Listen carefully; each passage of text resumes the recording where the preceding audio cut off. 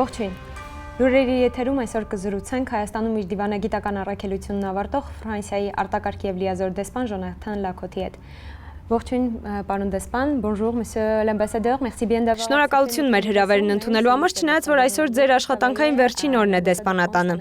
Merci beaucoup. Vous avez été nommé comme l'ambassadeur de Դուք Հայաստանում դեսպան նշանակվեցիք Հայաստան-Ֆրանսիա հարաբերությունների համար շատ որոշիչ ժամանակաշրջանում։ Հեղափոխություն, ֆրանկոֆոնիայի Երևանյան գագաթնաժողով, մեծ շանսոնյե Շարլ Ազնավուրի մահից մինչև պատերազմ։ Հայաստանում ձեր դիվանագիտական առաքելության հետ համընկավ նաև ՍԵՊԱ համաձայնագրի ստորագրումը։ ՍԵՊԱ-ի մասին խոսելիս մարդկանց հատկապես հետաքրքրում է վիզաների ազատականացման հարցը։ Համաձայնագրում նշվում է մուտքի արտոնագրերի դյուրացման մասին։ Վիզայի տրամադրման գործընթացում դյուրացում կա։ C'est déjà en cours ou non?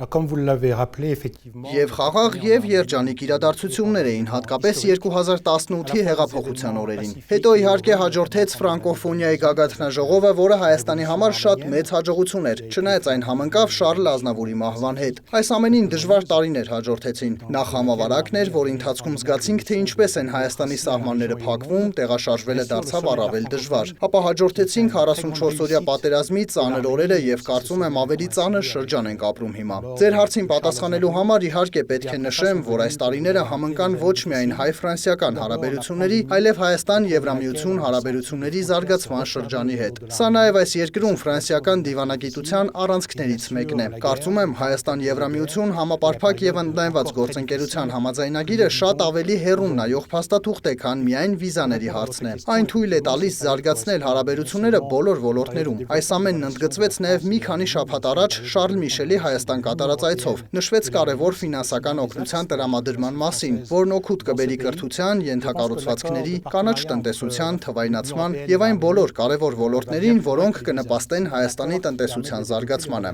Վիզաների ազատականացման մասին հարցին անդրադառնալու համար պետք է նշեմ, որ գիտեմ, որ այն Հայաստանում առաջնահերթություն է։ Իսկապես, վիզաների ազատականացումը Հայաստանի եւ Եվրամիության համար ընդհանուր նպատակ է եւ կարծում եմ, որ Եվրամիությունը եւ Հայաստանը համաձայնության են եկել, որ դա պետք է արվի կանոնավոր միգրացիոն հոսքերի վերահսկմամբ, որովհետև կարծում եմ ոչ մեկի շահերից չի բխում, որ վիզաների ազատականացման արդյունքում տասնյակ հարյուրավոր կամ հազարավոր հայեր արտագաղթեն։ Այսպիսով կարծում եմ, որ առաջնահերթությունը միգրացիոն հոսքերի վերահսկումն է, Հայաստանի զարգացումը, ինչից հետո բնականաբար վիզաների ազատականացումը կլինի գործընթացի լիովին տրամաբանական շարունակություն։ la libéralisation des visas sera une suite tout à fait logique.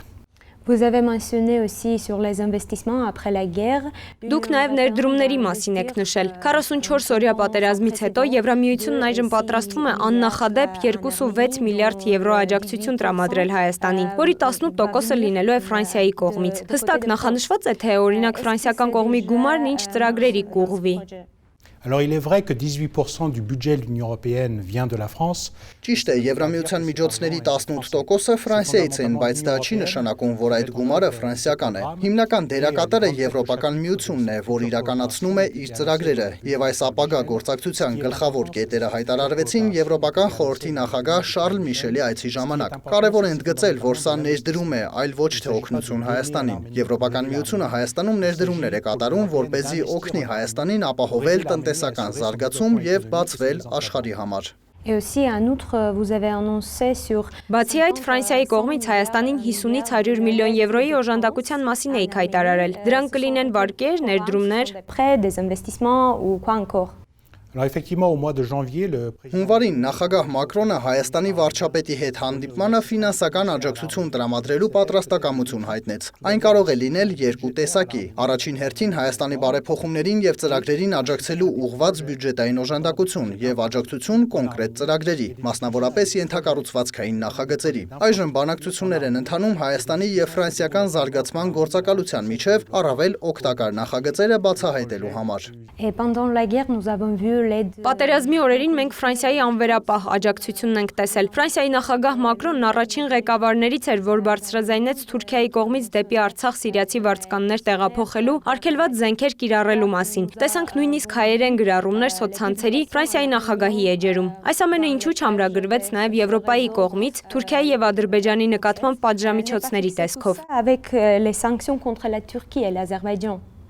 Alors la France joue au sein de l'Union européenne un rôle primordial Ֆրանսիան Եվրամիությունում առանցքային դեր է խաղում Հայաստանի հետ հարաբերություններում, քանի որ մենք նաև Մինսկի խմբի համանախագահ ենք։ Միանգամայն բնական էր, որ հենց Ֆրանսիան արտահայտեց այդ շատ ուժեղ դիրքորոշումները։ Ինչպես դուք հիշեցիք, հակամարտության առաջին շաբաթվա ընթացքում Ֆրանսիան դատապարտեց Թուրքիայի դերը վարձկանների մասնակցությունը։ Ֆրանսիան նաև առաջինն արձանագրեց, որ Հայաստանը հարևանի ագրեսիայի զոհն է դարձել։ Սրանք, կարծում եմ, հակամարտության առաջին իսկ օրերից շատ ազդեցիկ հայտարարություններ էին։ Այլ հայտարարություններ էլ եղան մասնավորապես մայիսին, երբ Ֆրանսիայի նախագահը դատապարտեց Հայաստանի ինքնիշխան տարածք ադրբեջանական ներխուժումները եւ կոչ արեց վերականգնելու Հայաստանի տարածքային ամբողջականությունը։ Որն էր մեր նպատակն այսօր։ Մեր նպատակն է լուծումներ գտնել եւ հասնել իրավիճակի լիցքաթափմանը։ Դրա պատճառով է, որ մենք պատժամիջոցների տրամաբանության մեջ չենք, այլ կողմերի միջև երկխոսությունը վերսկսելու տրամաբանության կողմնակիցն ենք։ Կան որոշ հարցեր, որոնք մնում են դեռ չլուծված, սկսած Լեռնային Ղարաբաղի կարգավիճակի խնդրից, որը պետք է քննարկվի,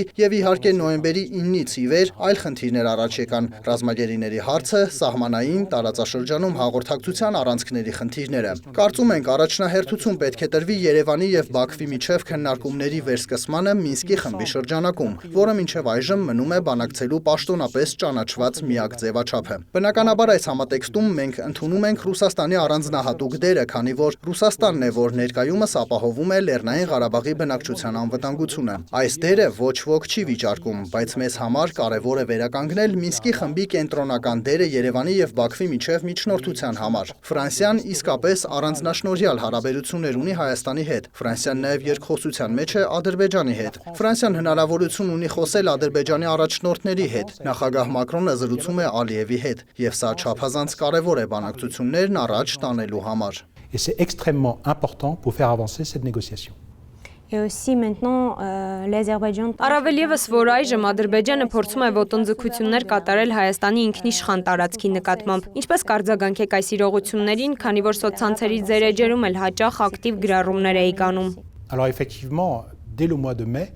le 13 mai, Իսկապես հենց մայիսի 13-ից Ֆրանսիայի նախագահը շատ հստակ դիրքորոշում ընդունեց հայկական տարածք ներխուժելու վերաբերյալ։ Ինչպես նշեցիք, նա նույնիսկ Twitter-յան հայերեն գրառումներ հրապարակեց։ Մեզ համար էական կարևորություն ունի վերականգնել Հայաստանի տարածքային ամբողջականությունը։ Տարածքային ամբողջականությունը նաև միջազգային իրավունքի հիմնաքարերից է, որը կարծում ենք զերծ կպահի լարվածության ուժգնացումից։ Իսկ այդ լարվածությանը ականատես եղանք ամռան ամիսներին ոչ միայն Սյունիքի, Գեղարքունիքի, այլև գրեթե Երևանի շեմին, Նախիջևանի սահմանին։ Էական է վերսկսել երկխոսությունը, որպեսզի լուծվեն ոչ միայն 30 տարվա ընթացքում ծագած, այլև այն խնդիրները, որոնք ի հայտ են եկել նոյեմբերի 9-ի հայտարարության արդյունքում։ apparu dans la mise en œuvre de la déclaration du 9 novembre. Et aussi, monsieur l'ambassadeur, vous avez été aussi le premier. Պարոն դեսպան, պատերազմի օրերին առաջին դիվանագետն էիք, որը Ֆրանսիայի անունից հայտարարեց ռազմական աջակցության պատրաստակամության մասին։ Այս պատրաստակամությունն ինչպես կարող է արտահայտվել, հատկապես որ Ֆրանսիայի հետ ռազմական նույն դաշինքում չենք։ Alliance militaire avec la France. Alors je suis tout à fait conscient que Ես լիովին գիտակցում եմ, որ Ֆրանսիայից սպասելիքները շատ մեծ են անվտանգության ոլորտում, եւ այս թեմայով իմ ցանկացած արձագանք մեծացնում է այդ սպասելիքները։ Կարծում եմ պետք է լինել շատ հստակ։ Առաջին հերթին Ֆրանսիան պատրաստ է դիտարկել այն դիմումները, որոնք կձևակերպվեն Հայաստանի կողմից։ Այսինքն, եթե Հայաստանի կողմից նախաձեռնություն լինի, մենք պատրաստ ենք դիտարկել, թե ինչպես կարող ենք այդ դիմումին ընթացք տալ։ Բնականաբար պետք է հաշվի առնել մի քանի հանգամանք։ Իսկապես Հայաստանը կոնկրետ ռազմական դաշինքի հավաքական անվտանգության պայմանագրի կազմակերպության անդամ է։ Պետք է նաև հաշվի առնել այն փաստը, որ մեր առաջնահերթությունը բանակցություններն են։ Մեր նպատակը ոչ թե օգնել Հայաստանին կամ որևէ մեկին հաջորդ պատերազմին պատրաստվել, մեր նպատակն է խուսափել հաջորդ պատերազմից, լինի դա Ղարաբաղում, սահմաններին կամ այլտեղ։ Մեր առաջնահերթությունը միշտ կլինի բանակցությունը, Երևանի եւ Բաքվի միջև երկխոսության վերսկսումը, լարվածության նվազեցումը եւ վստահության ամրապնդման միջոցառումների հաստատումը, որպեսզի տարածաշրջանում վերջնական խաղաղություն ապահովվի։ Այս ամենը թույլ կտա հատկապես Լեռնային Ղարաբաղի հայերին անվտանգ ապրել իրենց քաղաքներում եւ գյուղերում։ ԵԱՀԿ Մինսկի խումբը բազմիցս արձանագրել է, որ նոյեմբերի 9-ի եռակողմ համատեղ հայտարարության կետերը չեն իրականացվում։ Մասնավորապես ռազմագերիների վերադարձ, մշակութային ժառանգության պահպանություն եւ հակամարտություն նստեության լուծված չէ։ Չի ավարտվել սահմանազատումը Ադրբեջանի հետ, առկախ է Լեռնային Ղարաբաղի կարգավիճակի հարցը, կարգավորման պաշտոնապես ճանաչված միակ ձևաչափը։ ԵԱՀԿ Մինսկի խումբը ինչ քայլեր պետք է ձեռնարկի այս հարցերի լուծման համար եւ Ֆրանսիան իր մանդատի սահմաններում ինչ կարող է անել։ La déclaration du 9 novembre, qui, comme son nom l'indique, n'est pas un traité. Նոյեմբերի 9-ի հայտարարությունը, ինչպես նրա անվանումը եւս հուշում է, պայմանագիր չէ։ Ունի մեծ արժանիք, քանի որ թույլ է տվել Լեռնային Ղարաբաղում տևական հրադադարի հաստատում։ ԵԱՀԿ Մինսկի խմբի համանախագահներս իհարկե դեռ տեսնում ենք շատ խնդիրներ։ Ինչպես նշեցի, Լեռնային Ղարաբաղի կարգավիճակի հարցը մնում է չլուծված եւ մենք բախվում ենք հատկապես մարդասիրական խնդիրների, մասնավորապես Ադրբեջանում դեռևս պահվող հայ ռազմագերիների հարցը, մայիսից սկսված Հայաստան-Ադրբեջան սահմանային խնդիրները։ Կարծում ենք, որ այս կետից արդեն իսկ շատ կարևոր է, որ համանախագահ 3 երկրները նորից ներգրավվեն բանակցությունները վերսկսելու նպատակով։ Ակնհայտ է, որ այս 3 պետությունները նախ եւ առաջ միջնորդի դերում են։ Բանակցությունները վերսկսելու համար պետք է լինի քաղաքական կամք Երևանում եւ Բաքվում։ Հայաստանի իշխանության հետ իմ շփումներից կարող եմ արձանագրել, որ այստեղ այդ կամքը կա, եւ դա չափազանց կարևոր է, քանի որ այդ ամենը Հայաստանի շահերից է բխում։ Կարծում եմ, որ գալիք շաբաթների եւ ամիսների ընթացքում համանախագահները կվերականգնեն կենտրոնական դերը։ Այս խումբը բանակցություններ վարելու համար բոլորի կողմից ճանաչված միակ հարթակն է։ Les négociations. Lors du sommet de la francophonie, M. Macron Ֆրանկոֆոնիայի գագաթնաժողովին նախագահ Մակրոնը խոստացավ վերադառնալ Հայաստան։ Կուղեկցեք նրան այդ այցին եւ այն արդեն կլինի տարածաշրջանային։ Հատկապես երբ վերջերս Ալիևը հայտարարել է, թե Մինսկի խմբի համանախագահները մոտ 3 տասնամյակ մի շարք հնարավորություններ են կորցրել, արդյունքում Բաքուն ստիպված է եղել սեփական ուժերով վերականգնել Ադրբեջանի իր ձևակերպմամբ տարածքային ամբողջականությունը։ le soi-disant intégrité territoriale de l'Azerbaïdjan.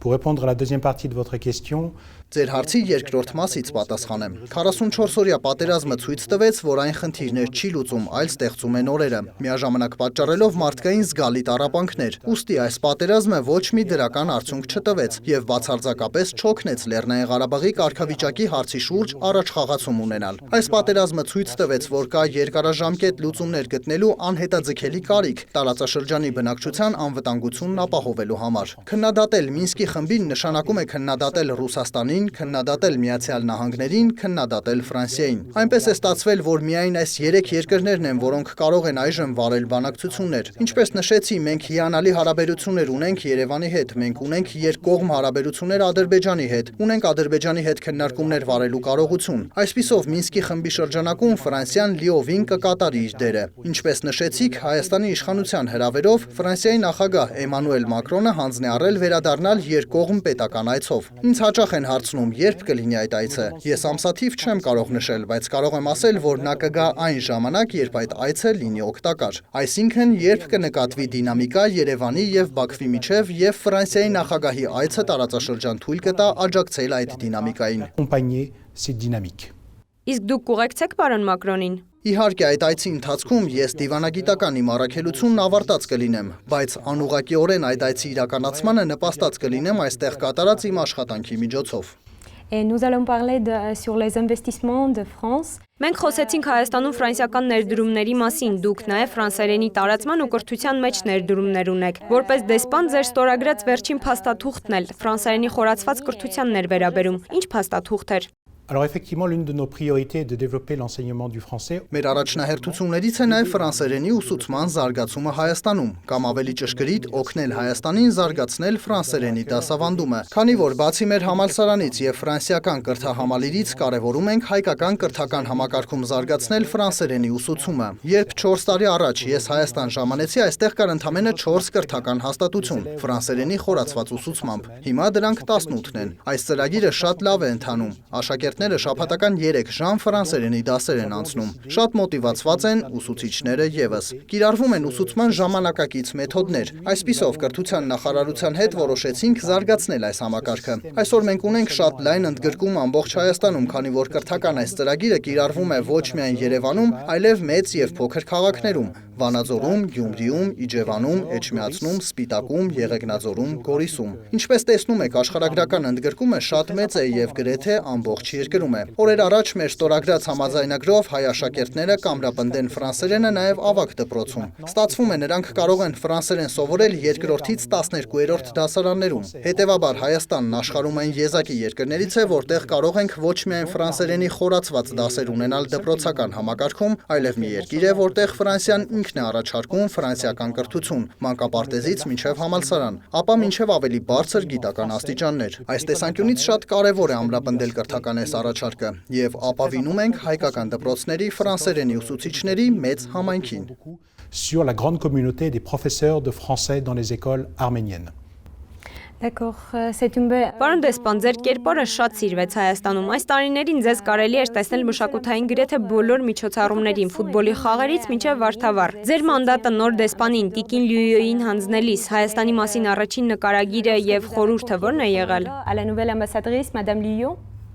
Je me souviens d'une conclusion que j'avais tirée moi-même en arrivant en Arménie. Հիշում եմ, մի եզրակացության էի եկել, երբ Հայաստան եկա։ Երբ ժամանում ենք Հայաստան, ժամանում ենք հնագույն ու բարդ պատմություն ունեցող երկիր, որն ունի չափազանց ուժեղ ինքնություն, նաև շատ դժվար լեզու։ Առաջին զգացողությունը, որով պետք է մոտենալ Հայաստանին, դա համեստությունն է։ Պետք է ժամանակ հատկացնել երկիրը, հայերին ճանաչելու համար, հետո միայն նոր գաղափարներ ունենալ, հանգել ապագա ծրագրերի։ Կարծում եմ, սա մի երկիր է, որտեղ երբեք չես դադարում սովորել, որտեղ անընդհատ կարելի է նոր բացահայտումներ անել եւ որտեղ միշտ կարելի է նոր նախաձեռնություններ ու գործակցություններ սկսել, լինի դա մշակութային, թե տնտեսական։ Կարող եմ ասել, որ ինքս էլ այստեղ շատ համեստ եկա, առանց Հայաստանի մասին նախնական գիտելիքների, բայց ամեն ակնթարթի ինձ քաջալերում էր Ֆրանսիայից հայերի սպասելիքներն արդարացնելու ցանկությունը։ Հայերը շատ բարձր են գնահատում մեր երկիրը, Ֆրանսիայից շատ սպասումներ ունեն եւ Հայաստանում Ֆրանսիայի յուրաքանչյուր դեսպան պետք է այդ սպասումների բարձունքում լինի, Ֆրանսիային լավագույնս ներկայացնի։ Ես շատ զգացված եմ այն մարդկանցից, որոնք ինձ նկարագրում են որպես Հայաստանի բարեկամ, բայց ինձ ամենից շատ ոգևորողը Ֆրանսիան ձեր երկրում փայլուն ներկայացնելու ցանկությունն էր, ներկայացնել այնպես, ինչպես հայերն էին ակնկալում։ Que les Arméniens l'espèrent. Իսկ ինչ կտանեք Հայաստանից։ Comme je le dis souvent, l'Arménie, on ne la quitte pas, on l'emmène un petit peu avec soi. Ինչպես հաճախ կրկնում եմ, Հայաստանը չեն լքում, այլ այստեղից ստանում են մի մասնիկ սրտում։ Ինձ համար Հայաստանը նաև մարդկային առումով բացառիկ փորձ էր։ Իհարկե շատ երջանիկ, բայց նաև ծայրահեղ դրամատիկ պահերով։ Ապրել եւ հետևել եմ պատերազմին։ Ինձ հետ տանում եմ չափազանց տպավորիչ հիշողություններ այդ 44 օրվանից, օրեր, երբ ստիպված եղանք տարհանել ֆրանսիացի վիրավոր լրագրողների։ Պահում եմ չափազանց տպավորիչ հիշողություն Եռաբլուրից։ Կարծում եմ, բոլոր նրանք, ովքեր այցելում են Եռաբլուր, շատ են ազդվում։ Ոչ միայն այն պատճառով, որ Եռաբլուրն այդքան մեծացել է, այլ որովհետև այն երեխաների պանթեոն է, երիտասարդների մի սերունդ, որ դարձավ պատերազմի զոհ։ Եվ կարծում եմ, ով էլ այցելի Եռաբլուր, պետք է իրեն խոստանա, որ սա պետք է լինի նման ողբերգություն տեսած վերջին սերունդը։ Qui a connu un drame comme celui-là. On espère. Et aussi, comme c'est votre dernière interview, Հուսանք, եւ որպես դեսպան հայաստանյան վերջին հարցազրույցում գուցե մեր հեռուստադիտողին հայերեն հրաժեշտ տաք։ en arménien. Je pourrais vous dire Tsete mais je pense que j'ai plutôt envie de vous dire Min Chandipum. Ես կարող էի ձեզ ասել ցտեսություն, բայց կարծում եմ ավելի շատ ուզում եմ ասել մինչ հանդիպում։ Քանի որ այս վերջին օրերին հասկացա, որ այդպես էլ չեմ կարողանա լքել Հայաստանը, ես անպայման կվերադառնամ։ Այն մարդկանց, որոնց այստեղ հրաժեշտ եմ տվել, իրականում ընդամենը ցտեսություն եմ ասել, քանի որ վստահ եմ, որ կպահպանեմ շատ կապեր, ինչպես ազդեցիկ անձանց, այնպես էլ ավելի համեստ միջավայրի հայերի հետ, որոնք Հայաստանում լինելու այս տարիներին ինձ վրա մեծ տպավորություն են թողել։ Merci bien pour votre Շնորհակալություն, կսպասենք ձեզ եւ բարի ճանապարհ դեպի Ֆրանսիա։ Մենք զրուցում ենք Հայաստանում իր դիվանագիտական առաքելությունն ավարտող Ֆրանսիայի արտակարգ եւ լիազոր դեսպան Ժոնաթան Լաքոթի հետ։ Ցտեսություն։